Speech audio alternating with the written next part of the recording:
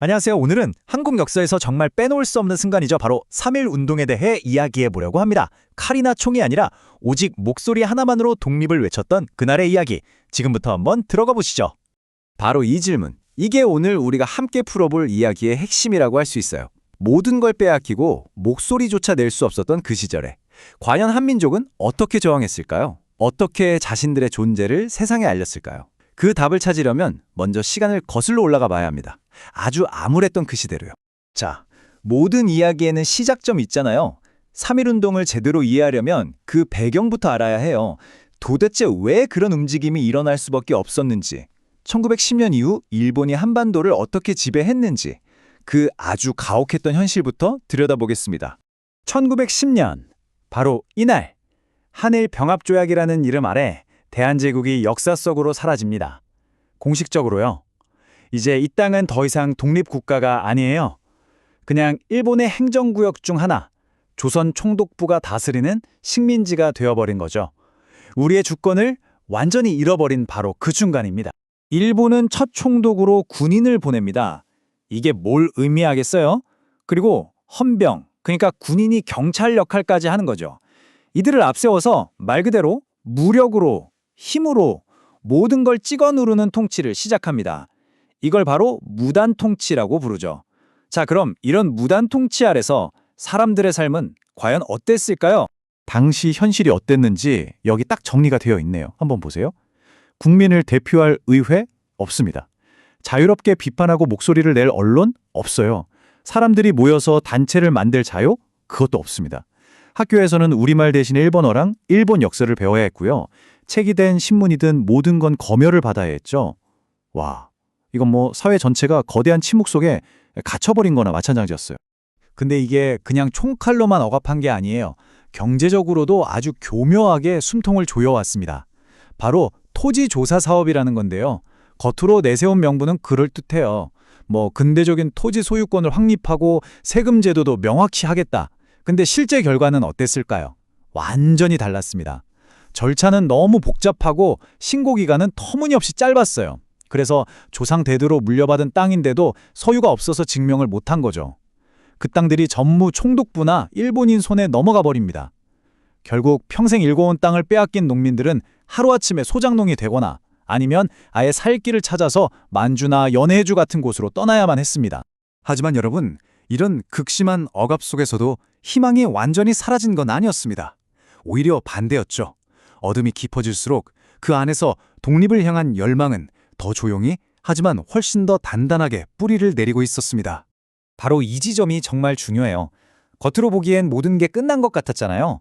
하지만 우리 민족의 저력이 그렇게 쉽게 꺾이지 않았던 겁니다. 보이지 않는 곳에서, 물밑에서 사람들은 나라를 되찾기 위한 준비를 차근차근 시작하고 있었어요. 이 저항은 국내에서만 있었던 게 아니에요. 국외에서도 동시에 불타올랐죠. 멀리 상하이, 연해주, 하와이, 심지어 미국 본토까지. 해외에 있던 독립운동가들은 거기서 단체를 만들었고요. 그리고 국내에서는 그 혹독한 탄압을 피해서 학생들이나 지식인, 종교인들이 중심이 돼서 비밀리에 조직을 만들고 조용히 때를 기다리고 있었던 겁니다. 그리고 마침내 오랫동안 조용히 응축되어 왔던 그 에너지가 폭발하는 순간이 찾아옵니다. 바로 1919년 온 민족의 가슴을 뜨겁게 달궜던 그 외침, 대한독립 만세. 그날의 현장으로 한번 들어가 보시죠. 모든 거대한 움직임에는 불을 붙이는 도화선이 있기 마련이죠. 1919년 초 강제로 자리에서 물러나 있던 고종 황제가 갑자기 세상을 떠납니다. 그런데 그냥 돌아가신 게 아니라 독살당했다는 소문이 삽시간에 퍼져요. 이 소문이 일본에 대한 민중의 분노에 기름을 부은 거죠. 이게 바로 거대한 불꽃을 일으킨 결정적인 계기가 됩니다. 바로 이 무렵에 독립선언서가 비밀리에 인쇄돼서 전국으로 퍼져나가고 있었어요. 그리고 그 선언서에 담긴 이 한 문장, 조선은 독립국이다. 이 말이 사람들의 가슴에 불을 지피기 시작합니다. 이건 그냥 단순한 문장이 아니었어요. 빼앗긴 우리의 주권을 반드시 되찾겠다는 아주 강력한 의지의 표현이었던 거죠. 그리고 역사적인 그날이 밝았습니다. 1919년 3월 1일. 마침 고종 황제의 장례식이 얼마 남지 않아서 그걸 보기 위해 전국에서 수많은 사람들이 서울로 모여든 상태였어요. 바로 그날 서울의 탑골공원에 학생과 시민들이 모여들기 시작합니다.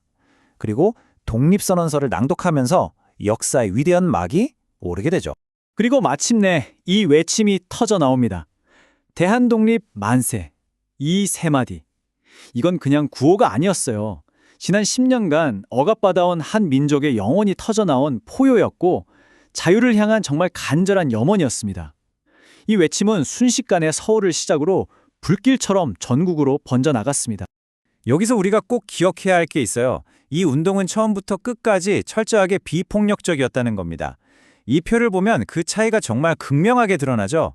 한쪽은 보세요. 무기 하나 없이 그저 만세를 외쳤을 뿐입니다. 그런데 다른 한쪽은 어땠나요? 총과 칼을 들고 심지어 군대까지 동원해서 이들을 짓밟았어요. 바로 이 점, 평화적인 시위에 대한 폭력적인 진압. 이게 전 세계에 더 큰 충격과 울림을 줬던 겁니다. 하지만 그 평화적인 외침에 대한 대가는 정말 끔찍하고 잔혹했습니다. 이 숫자가 당시의 참혹함을 그대로 보여줍니다. 7,500명 이상. 이 숫자의 무게가 느껴지시나요? 그저 독립을 원한다고 외쳤다는 이유 하나만으로 이렇게나 많은 사람들이 목숨을 잃었습니다. 이 희생은 우리가 결코 잊어서는 안 돼 너무나 아픈 우리의 역사입니다. 네, 3.1운동은 결국 무력에 의해 아주 잔인하게 진압됐습니다. 하지만 그렇다고 해서 그 불꽃이 완전히 꺼졌을까요? 절대 아니었습니다. 오히려 더 큰 불길로 타오를 준비를 하고 있었죠. 자, 이 운동이 남긴 마지막 의미는 무엇이었는지 한번 살펴보겠습니다.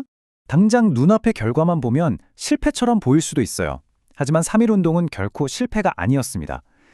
가장 큰 성과는 바로 이거예요. 우리 민족은 죽지 않았다, 살아있다, 그리고 우리는 독립을 원한다.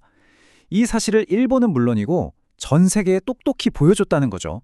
이건 단순한 시위가 아니라 우리 민족의 하나된 의지를 보여준 거대한 정치적 선언이었던 셈입니다. 그리고 실제로 구체적인 변화들도 이끌어냈습니다. 첫째, 전 세계가 한반도를 주목하게 만들었죠. 둘째, 이게 정말 중요한데요. 이전까지 뿔뿔이 흩어져 있던 독립운동 세력들이 우리도 힘을 합쳐야겠다 꼭 깨닫게 된 거예요. 그래서 상하이에 대한민국 임시정부를 세우는 결정적인 계기가 됩니다. 이제 그냥 저항이 아니라 정부라는 구심점을 가진 체계적인 투쟁으로 한 단계 발전한 거죠. 마지막으로 셋째, 일본의 통치 방식 자체를 바꿔놓았습니다. 일본도 깨달은 거죠. 이렇게 힘으로만 찍어 눌러서는 안 되겠구나. 그래서 정책을 바꿉니다. 이른바 문화 통치라는 건데요. 겉으로는 신문도 만들게 해주고 교육의 자유도 좀 주는 것처럼 유화적인 제스처를 취했어요. 하지만 그 속내는 우리 민족의 정체성을 없애고 완전히 일본인으로 동화시키려는 훨씬 더 교묘하고 기만적인 통치 방식에 불과했습니다. 결국 3.1운동의 정신을 한마디로 요약하면 바로 이거 아닐까요? 그들은 칼과 총이 아니라 외침과 선언문으로 싸웠다는 것. 무력이 아닌 정신으로, 총칼이 아닌 선언과 함성으로 자신들의 존재와 의지를 증명하려 했던 정말 위대한 저항이었습니다. 자, 3.1운동은 대한민국 임시정부 수립이라는 아주 중요한 결실을 맺었습니다. 그런데 한번 생각해 보세요. 나라는 빼앗겼는데 정부만 덩그러니 남은 상황이잖아요. 바로 이 질문이 우리에게 또 다른 역사의 시작을 던져줍니다. 땅 없는 나라. 과연 어떻게 다시 세워나가야 했을까요? 독립을 향한 그 다음 챕터는 바로 이 질문에서부터 시작됩니다.